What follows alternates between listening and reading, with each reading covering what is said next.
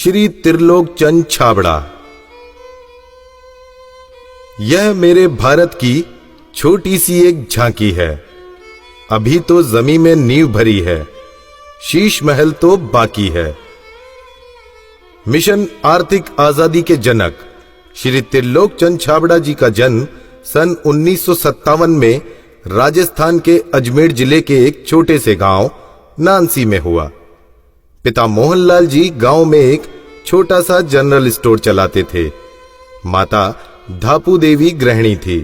6 भाई बहनों में से श्री टी.सी. छाबड़ा जी तीसरे नंबर के पुत्र हैं। अपनी प्रारंभिक शिक्षा इन्होंने अपने गांव में और उच्च शिक्षा जयपुर में पूरी की। विलक्षण प्रतिभा के धनी श्री त्रिलोक चंद छाबड़ा जी सफल व्यवसायी के साथ साथ एक संगीतकार, गीतकार, लेखक और एक अच्छे वक्ता भी हैं। मेरी शादी बचपन में जल्दी हो गई थी और 77 में हुई और बहुत ही सरल और स्वभाव के और अच्छे स्वभाव के मुझे मेरे हस्बैंड मिले। हम एक भिलवाड़ा आए और फिर 2000 में ये जो सिस्टम है आरसीएम चालू किया। आई वॉज 18 ईयर्स जब आरसीएम की शुरुआत हुई और हमारे सामने ये सब चीज़ें हो रही थी जब हम एजुकेशन में थे और हमारे पापा ने बिजनेस स्टार्ट किया था और वो शुरू से बहुत ही सिंपल पर्सन रहे, तो उनका जो स्टाइल ऑफ बिजनेस था वो भी बहुत सिंपल था। But at the same time वो ये जो उनका एक प्रिंसिपल है कि things should be in a very organised manner. Trilok Chand Chhabra ji को मैं लगभग पिछले 27 सालों से जानता हूं और उनके सानिध्य में मैंने काम भी किया है। छाबड़ा जी की जो सबसे पहली क्वालिटी है कि या तो लोगों पे जिन लोगों पे भी जो विश्वास करते हैं उन लोगों पर पूरा बिलीव करते हैं, और दूसरे उनकी जो क्वालिटी है कि वो किसी काम को करने की जब ठान लेते हैं तो उस काम को किसी भी हालात में उसको पूरा करते हैं। जब ये चालू किया था आरसीएम, उससे कुछ समय पहले कुछ सिस्टम यहाँ हिंदुस्तान में चलते थे जो जानकारी में आए, तो एक दिमाग में पता नहीं एकदम विचार से आया कि ये तो बड़ा सुंदर सिस्टम है। अगर हम इसमें नॉर्मल प्रोडक्ट जो हमारे रोज़ उपयोग होते हैं वैसे प्रोडक्ट लाकर अगर करें तो ये तो देश के लिए बहुत अच्छा सिस्टम है, बहुत सारे लोगों को इसका लाभ मिल सकता है। और उसके बाद एक ऐसा विचार जो अंदर पैदा हुआ तो उस विचार ने मुझे कभी रुकने ही नहीं दिया। टी.सी. छाबड़ा जी को मैं पिछले 25 सालों से जानता हूं और उनके सानिध्य में मैंने काम भी किया हुआ है। टी.सी. छाबड़ा जी की सबसे बड़ी क्वालिटी है उनके लिए काम काम होता है। काम छोटा और बड़ा नहीं होता, वो हर काम को उतनी ही सीरियसनेस से करते हैं, चाहे वो काम छोटा हो चाहे बड़ा हो। मुझे याद है जब आरसीएम की सबसे पहली मीटिंग हुई थी, एकदम फर्स्ट मीटिंग, मैं उस मीटिंग में प्रेजेंट थी और वो एक पेड़ के नीचे बाहर मीटिंग हुई थी जहाँ पे मुश्किल से शायद 20 लोग बैठे होंगे। क्या मालूम, इनसे पहली बार मिलते ही मुझे लगा कि कुछ विशेष व्यक्ति है जो बोल दिया एक बार फिर वो याद है, वो एक कंप्यूटराइज काम हो गया। मेरी एक नेचर है कि मुझे अगर कोई चीज़ अच्छे से समझ में आ गई, मैं कन्विंस हूँ कि हाँ ये ज़िंदगी में सही है या ये काम सही है, तो मैं फिर किसी के रोके रुकता नहीं हूँ। तो आरसीएम की भी यही कहानी है। शुरू में सबने मना किया, परिवार वालों ने भी मना किया, दोस्तों ने भी मना किया, बहुत सारी चीज़ें भी हुई, लेकिन मैं कन्विंस था, मुझे समझ में आ गया था कि ये सिस्टम है, इसको देश को इसकी ज़रूरत है, आम आदमी की ज़रूरत है। वो हमेशा एक ही चीज़ बोलते हैं लाइफ में कि चाहे दुनिया कहीं पे भी कुछ भी कर रही हो, चाहे पूरी दुनिया भी अगर वो चीज़ कर रही है और अगर वो गलत है तो हमको उसका साथ नहीं देना चाहिए, हमको हमेशा सही चीज़ ही करनी चाहिए। जो उन्होंने अपने जबान से कहा उसको उन्होंने पूरा किया। जबान के सच्चे ये उनमें मानता है। एमएलएम के नाम पर ज़्यादातर कंपनियां कुछ महंगे प्रोडक्ट लाती है उसमें और ज़्यादा कुछ उसमें से बांटने की कोशिश करती है, और हम आरसीएम में ऐसे क्यों प्रोडक्ट लाते हैं जो बहुत कम रेट में होते हैं। बहुत ज़्यादा इधर कुछ चीज़ों को हाई फाई करना या कुछ बहुत ज़्यादा हर कहीं खर्च कर देना, तो मेरे को कुछ महंगी चीज़ खरीदना पसंद नहीं है लाइफ में। तो मेरे को जो पसंद नहीं है मैं बेच कैसे सकता हूँ। हमारे हिंदुस्तान का मिशन मंगल इसका एक बहुत बढ़िया उदाहरण है कि उन्होंने उस पर्टिकुलर बजट में उनको बनाने की सोचा तो उन्होंने वो चीज़ बना कर दी। ये कोई भी वादा करते हैं वो पूरा करते हैं और इन्होंने जो सोच लिया कि मुझे ये काम करना है वो करके रहते हैं, और इन्होंने जो भी सोचा ईमानदारी से कर रहे हैं पूरा। बहुत सारी चुनौतियाँ आई इस काम को करते हुए। बहुत सारे लोगों ने साथ निभाने का वादा किया, साथ चले, काम को आगे बढ़ाया, फिर उनके मन में पता नहीं क्या लालच आया तो उन्होंने पूरा बाहर जाकर एक नई कंपनी शुरुआत की और पूरा आरसीएम पर अटैक करना चाहिए और आरसीएम के सारे लोगों को, सारे सिस्टम को तोड़ने की एक बार नहीं कई बार बार ऐसे प्रयास हुए कि जब ऐसी घटना हुई है तब आरसीएम में बड़े निर्णय हुए हैं। जो सामान्य गति से चल रहा था उसमें एक मजबूती आई, एक बड़े निर्णय लेने की ताकत आई कि अब तो इसको करके ही रहना है।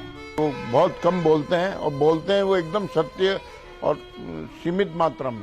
डायरेक्ट सेलिंग सिस्टम में एक बहुत बड़ी बात सीखने को मिली कि लोगों को कभी भी आप ओवर कमिटमेंट मत करो। 2011 में जो हमारे साथ में ये गवर्नमेंट का हुआ उसमें बहुत अलग हमारे पर इफेक्ट हुआ उस चीज का कि ये भी होता है क्या लाइफ में ऐसा। और वो ये जो एक फेज था वो बिल्कुल बहुत कठिनाई का दौर था, बहुत खराब स्थिति से हमें गुजरना पड़ा। मेरे परिवार पर संकट आए और परिवार से ज़्यादा जो हमारे जो टीम है, हमारे जो इतना बड़ा हिंदुस्तान में परिवार बन चुका था, उसको सबको दिक्कतें आई। लेकिन एक मन में विश्वास था कि आखिर जो सत्य वो तो सामने आएगा। ऐसा ट्रैजिक पीरियड आया था कि पूरी दुनिया ने ही बोल सकते साथ छोड़ दिया। इनफैक्ट जो एकदम अपने बोलने के लिए होते हैं उन लोगों ने भी साथ छोड़ दिया। लेकिन पापा की वो जो हिम्मत थी और जब भी हमने उसके बाद या उस दौरान जब भी हमको मौका मिला उनसे बात करने का, उन्होंने एक ही चीज बस हमको बोली थी कि सब कुछ ठीक होगा क्योंकि हमने कुछ गलत नहीं किया किसी के साथ। हमारे जो आरसीएम परिवार है उनका इतना विश्वास था कि उन्होंने 1 साल इंतजार किया और पूरा डटे रहे।